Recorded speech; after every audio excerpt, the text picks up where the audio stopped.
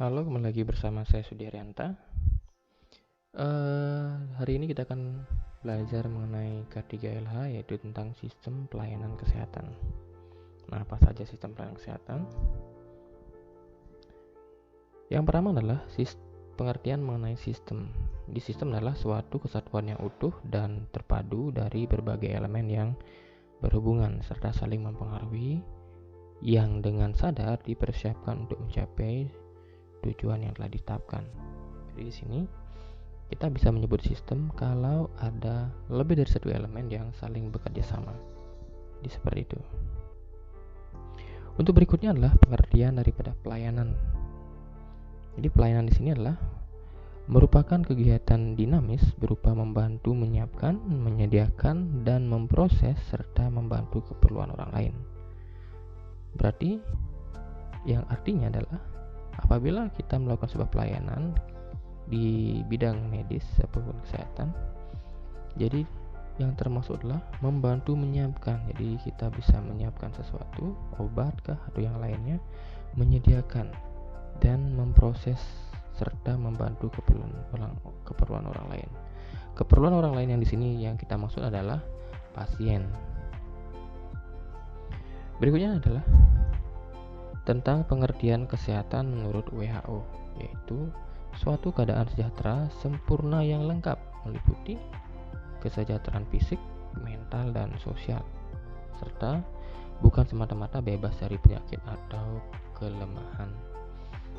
Nah, menurut dari WHO itu sendiri, di sini ada kesejahteraan fisik dan ada mental dan sosial. Jadi apabila fisik kita sudah dalam kondisi sehat, sejahtera itu bisa dalam artian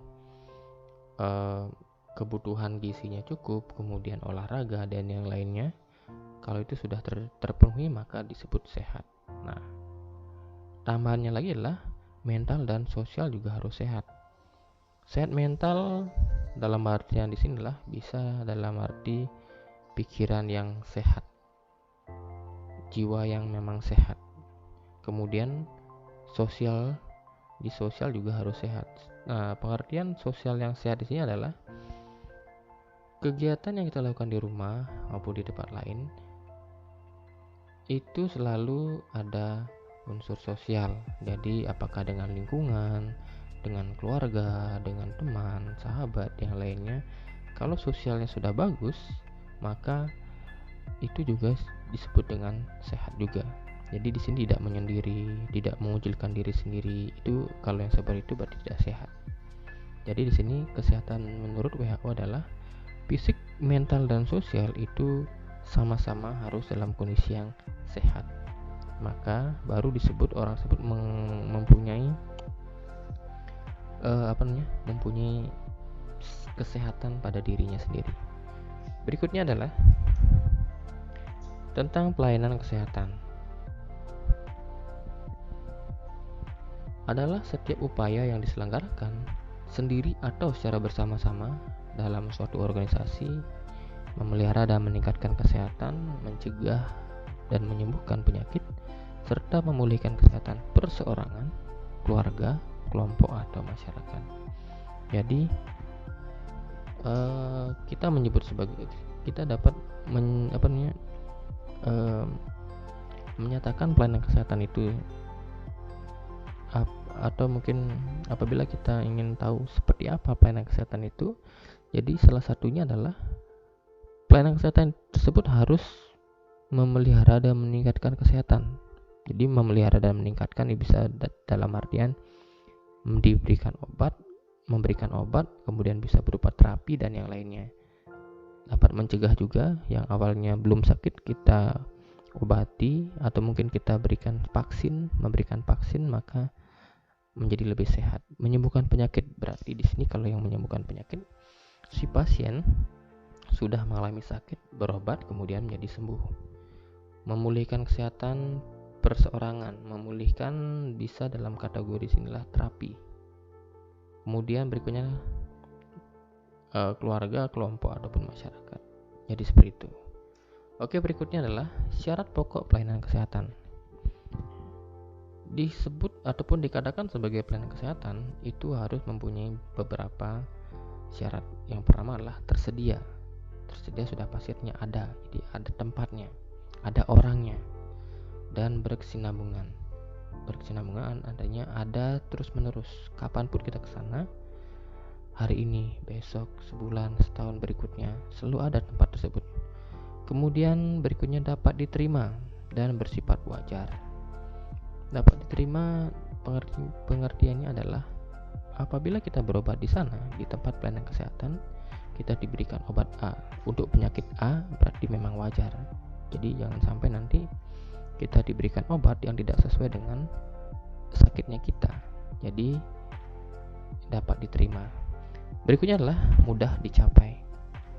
Nah, mudah dicapai ini sudah pasti, yaitu aksesnya mudah ditemukan. Biasanya kalau tempat pelayanan kesehatan, rumah sakit, puskesmas, apotek, dan yang lainnya itu biasanya berada di tempat yang atau lokasi yang ramai, yang mudah dijangkau, seperti itu. Berikutnya adalah mudah dijangkau. Sudah pasti ya, mudah dijangkau, yaitu bertujuan untuk memudahkan si pengguna pelayanan kesehatan untuk melakukan aktivitas baik perawatan diri, membeli obat dan yang lainnya, biar mudah dijangkau. Berikutnya adalah bermutu. Bermutu di sinilah poin pentingnya. Jadi apapun yang kita jual di pelayanan kesehatan bisa dalam bentuk barang, itu kalau bisa bentuk barang itu mungkin barang-barang yang dapat kita gunakan untuk pelayanan kesehatan, bisa kursi roda, tongkat ketiak, itu memang bermutu. Kemudian kalau dari produk-produk farmasi, obat, bahan-bahan obat, itu semua dalam kondisi yang memang kualitasnya bagus. Kemudian jasa juga, jadi jasa juga harus mempunyai kualitas yang bermutu juga. Berikutnya adalah mana sistem pelayanan kesehatan. Nah, sistem pelayanan kesehatan di sini adalah menyangkut beberapa tempat pelayanan kesehatan. Yang pertama kita bahas adalah tentang rumah sakit. Definisi dari rumah sakit adalah institusi pelayanan kesehatan yang menyelenggarakan pelayanan kesehatan perorangan secara paripurna, yang menyediakan pelayanan rawat inap, rawat jalan, dan rawat darurat. Jadi rumah sakit wajib memberikan 3 hal tersebut: rawat inap, rawat jalan, dan rawat darurat. Nah, untuk ke rumah sakit sendiri itu dapat diklasifikasikan lagi, dapat digolongkan menjadi beberapa klasifikasi. Yang pertama adalah dari jenis pelayanan. Ada rumah sakit umum dan ada rumah sakit khusus. Rumah sakit umum yaitu memberikan pelayanan kesehatan pada semua bidang jenis penyakit. Jadi hampir semua jenis penyakit dapat ditangani oleh rumah sakit umum. Sakit mata, kemudian sakit jantung, kemudian luka, dan lain sebagainya, itu dapat ditangani oleh rumah sakit umum. Kemudian berikutnya adalah rumah sakit khusus. Rumah sakit khusus di sini adalah rumah sakit yang memberikan pelayanan kesehatan pada satu bidang dan atau satu jenis penyakit tertentu saja. Jadi contohnya seperti ini. Kalau seandainya rumah sakit khususnya adalah rumah sakit tentang yang mengobati jantung, berarti di sana hanya melayani pengobatan jantung, terapi, dan yang lainnya tentang yang berhubungan dengan satu penyakit itu saja. Rumah sakit mata berarti mereka hanya memberikan pelayanan kesehatan untuk perawatan mata dan yang lainnya. Berikutnya adalah berdasar fasilitas dan kemampuan. Rumah sakit dapat digolongkan menjadi beberapa macam. Yang pertama dulu yang dari golongan umum dulu. Untuk yang umum kelas A, yaitu mempunyai 4 spesialis dasar, 5 spesialis penunjang, 12 spesialis lain, dan 13 subspesialis. Jadi mereka wajib mempunyai yang sudah disebutkan tadi. Kemudian umum kelas B, yaitu mempunyai 4 spesialis dasar, 4 spesialis penunjang medik, 8 spesialis lain, dan 2 subspesialis. Berikutnya adalah rumah sakit umum kelas C. Mempunyai 4 spesialis dasar, 4 spesialis penunjang medik, mempunyai 2 spesialis dasar. Yang kelas D mempunyai 2 spesialis dasar saja. Jadi seperti itu. Berikutnya adalah berdasarkan fasilitas dan kemampuan untuk rumah sakit khusus. Rumah sakit khusus kelas A itu mempunyai spesialis dan subspesialis sesuai kemampuan kekhususan yang lengkap. Berarti di sana mereka lengkap. Ada dokter dan yang lainnya, baik spesialisnya dan semuanya lengkap. Kemudian khusus kelas B mempunyai spesialis dan subspesialis sesuai kemampuan kekhususan yang terbatas. Kemudian khusus kelas C mempunyai spesialis dan subspesialis sesuai kemampuan kekhususan minimal. Jadi minimal dia mempunyai kemampuan spesialis tertentu. Berikutnya adalah rumah sakit berdasarkan pengelolaan. Nah, di sini dibagi menjadi 2, yaitu ada public, ada private. Yang public yaitu rumah sakit yang dapat dikelola pemerintah daerah dan badan hukum yang bersifat nirlaba. Kemudian yang private adalah rumah sakit yang dikelola oleh badan hukum dengan tujuan profit yang berbentuk perseroan terbatas atau persero. Jadi seperti itu. Kemudian berdasarkan akreditasi, rumah sakit juga dapat dibedakan menjadi 2. Ada yang terakreditasi dan belum terakreditasi.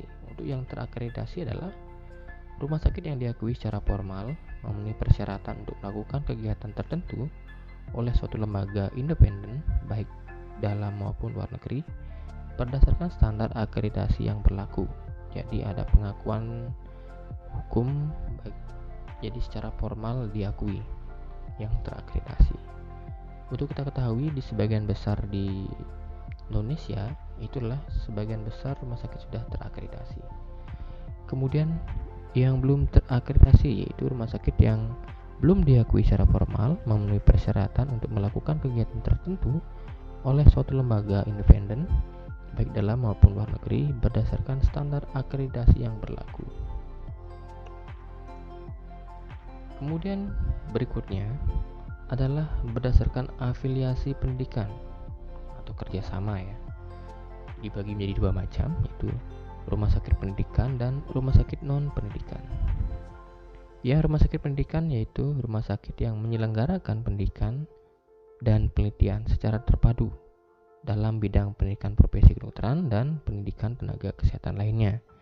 Jadi di sini rumah sakit tersebut bekerja sama dengan bisa universitas ataupun tempat pendidikan yang lain atau lembaga pendidikan yang lain untuk saling berkolaborasi lah seperti itu. Jadi mirip seperti itu di bidang kesehatan.